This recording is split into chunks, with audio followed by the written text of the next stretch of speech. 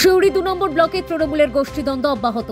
অনুব্রত অনুগামী কোমা অঞ্চল সভাপতি বলরাম বাগদি ও কাজল শেখের ঘনিষ্ঠ ব্লক সভাপতি নুরুল ইসলামের মধ্যে বৈঠক হওয়ার একদিন পরেই সিউড়ি ২ নম্বর ব্লকের জানুরি গ্রামে বলরামের লোকজনের ওপর হামলার অভিযোগ উঠল নুরুলের লোকজনের বিরুদ্ধে। আহত দুজনকে চিকিৎসার জন্য সিউড়ি সুপার স্পেশালিটি হাসপাতালে নিয়ে যাওয়া হয়। গ্রামের সিউড়ি থানার পুলিশ আপাতত শান্ত গ্রাম। পুলিশের দাবি পরিস্থিতি নিয়ন্ত্রণে। আমরা বলরামের নির্দেশে রাজনীতিটা করি তো আমরা বলরাম অঞ্চল সভাপতি তার নির্দেশে আমরা পার্টিটা করি। আর নুরুলের যারা দীর্ঘদিনে যারা বিজেপি করে এসেছে তাদেরকে নিয়ে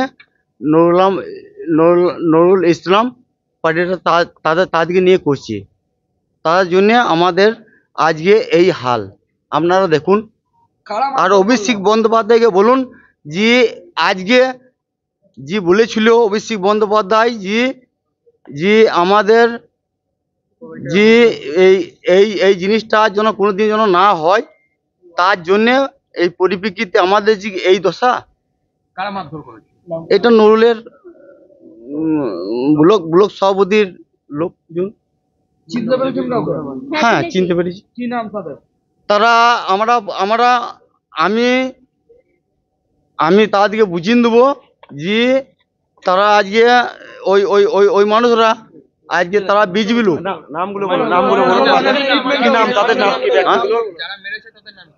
ওই সন্ন্যাসীর বাগদি ছেলে শিবু বাগদি, বুধন বাগদি, পতিত বাগদি, এরাই মারধর করেছে আমাকে।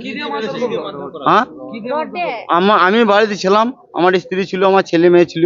আমার বাড়িতে ঢুকে হঠাৎ হামলা করে রড দিয়ে। কারণ আমি বলরামে পার্টি করি, বলরামের সঙ্গে আমরা থাকি।